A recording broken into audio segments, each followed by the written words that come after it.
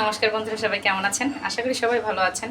আর ভগবান কি পায় আপনাদের আশীর্বাদ দোয়াতে আমিও ভালো আছি। তো আজকে রান্না করা হচ্ছে এই যে কচুরলতি। কচুরলতি আজকে একটা জিনিস দিয়ে রান্না করব, তো দেখাবো আপনাদের। তার সাথে আজকে মাছ পাতুরি করব। কি মাছ পাতুরি করব দেখাই। তো কচুরলতির মধ্যে আজকে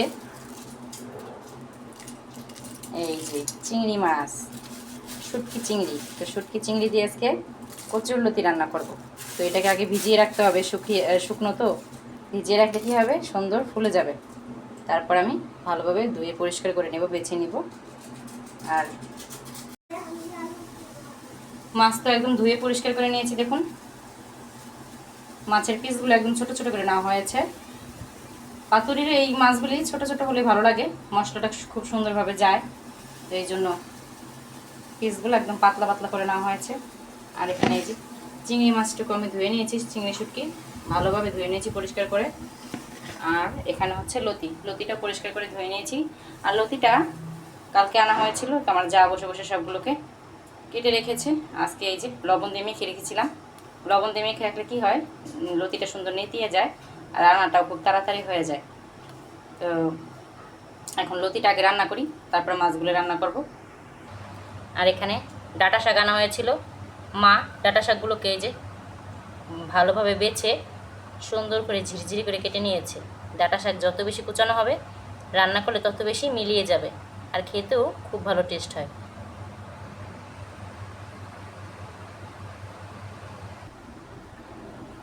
তেলের মধ্যে আমি এখন চিংড়ি মাছগুলোকে দিয়ে দেব। হালকা একটু হলুদের গুঁড়ো দিয়ে দিয়েছিলাম। হলুদের গুঁড়ো দিলে কী হয়, অতটা ফুটবে না তেলের মধ্যে দেওয়ার পরে। হালকা হলুদ দিয়ে দিয়েছিলাম। এখন দিব সামান্য পরিমাণে লবণ। এই মাছটাকে একটু ভেজে নেব।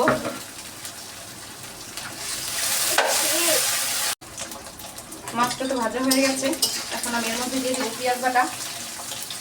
পেঁয়াজ আর রসুন 3-4 কোয়া রসুন নিয়ে নিয়েছিলাম। এখন চিংড়ি মাছের সাথে মশলাটাকে ভালোভাবে ভেজে নেব।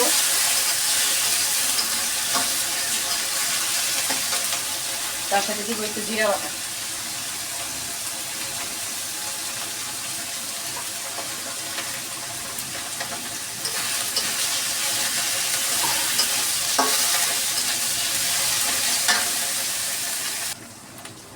মশলাটা তো ভাজা ভাজা হয়ে গেছে।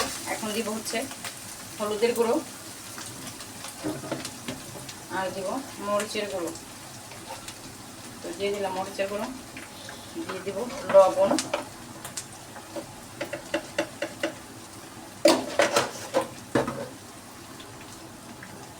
সামান্য পরিমাণে জল দেব, দিয়ে মশলাটাকে কষিয়ে নেব।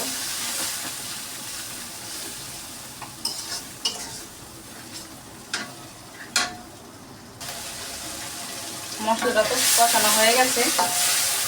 এখন আমি লতিগুলোকে দিয়ে দিব।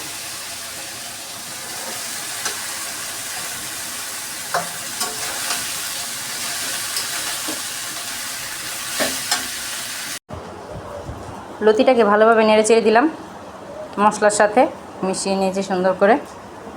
এখন একটু ভাজা ভাজা হোক লতিটা, তারপরে হচ্ছে জল দিব। তো লতিটা তো ভাজা ভাজা হয়ে গেছে, এখন জল দিয়ে দিলাম। লতির মধ্যে অল্প করে জল দিব, লতিটা তো এমনিতেই নরম, গলে যাবে তাড়াতাড়ি।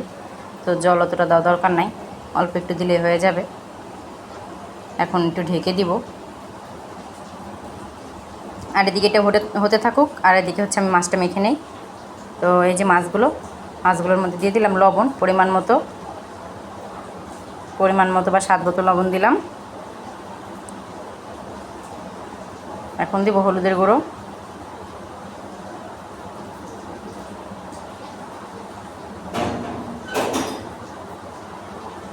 আর দিব মরিচের গুঁড়ো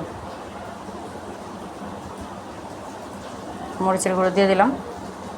আর এখানে কিন্তু রুই মাছ, তার সাথে কিন্তু 3-4 পিস তেলাপিয়া মাছও ছিল। তো এটা একসাথে করে আমি মেখে নিব।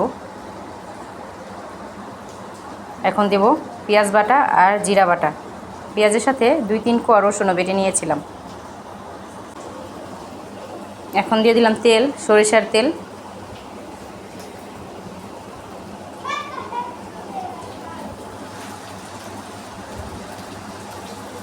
আর দিব ধনিয়া পাতা। তো ধনিয়া পাতা দিয়ে দিলাম, দিয়ে এখন মাছটাকে মেখে নিব।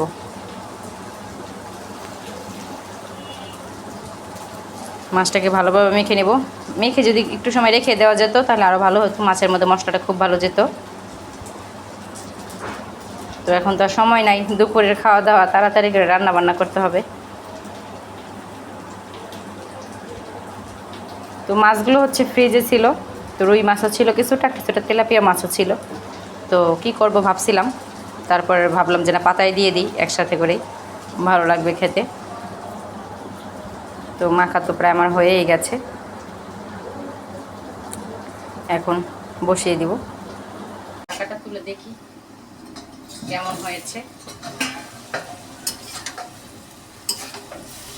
তো নেড়েছে আর একটা ঢেকে দিব।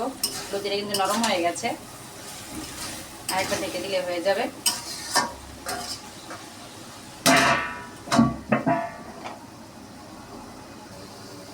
পাতাটা তো বিছিয়ে নিয়েছি দেখুন সুন্দর করে, আর এর উপরে একটু তেল দিয়ে দিয়েছি। এখন মাছগুলোকে তো খুব সুন্দর করে সাজিয়ে নিয়েছি দেখুন, একটা পাতাই হয়ে গেছে, আর লাগেনি। তো অনেক সুন্দর করে একবার গোল করে সাজিয়ে দিয়েছি। মাছটা এখন ফুটে উঠুক, আর আস্তে আস্তে। লতিটা তো সুন্দর একদম ভাজা ভাজা হয়ে গেছে। লতিটাকে তো আরেক পেটে উল্টিয়ে দিলাম। এইভাবে উল্টে পাল্টে আমি ভেজে নিয়েছি সুন্দর করে। এখন নামিয়ে নেব। নামিয়ে এনেছি লতি। ডাঁটা শাক ভাজা করব, তাই কড়াইতে তেল দিয়ে দিয়েছি। কয়েকটা শুকনো মরিচ ভেজে নিব শাক ভাজা দিয়ে খাওয়ার জন্য।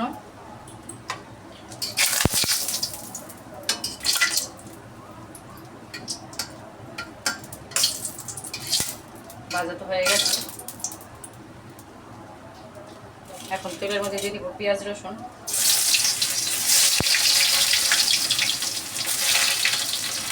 লাল করে ভেজে নেব পেঁয়াজ রসুনটাকে।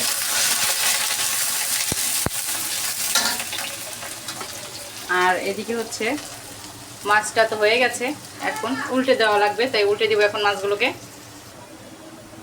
পেঁয়াজটা তো ভাজা হয়ে গেছে, এখন শাকগুলোকে দিয়ে দিব এক এক করে।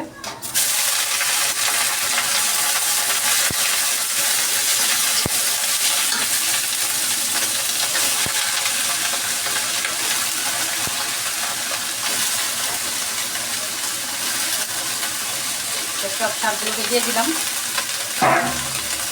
আর দিয়ে দিলাম কাঁচামরিচ, তারপরে দিব লবণ, পরিমাণ মতো লবণ দিয়ে দিলাম। দেখুন শাকটাকে নেড়ে ছেড়ে দিব। দেখেন নাড়তে নাড়তে কতটুকু হয়ে গেছে, আরও কমে যাবে, ভাজতে ভাজতে একদম একটুখানি হয়ে যাবে শাক। মাছটাকে তো এই যে উল্টিয়ে দিয়েছি, দেখুন কেমন হয়েছে কালারটা। তো এইভাবে দাগ লাগলে কিন্তু মাছটা খেতে দারুণ লাগে, একটা ঘ্রাণ আসে সুন্দর। তো এই যে এখন অপর পিঠটা হলে নামিয়ে নেব।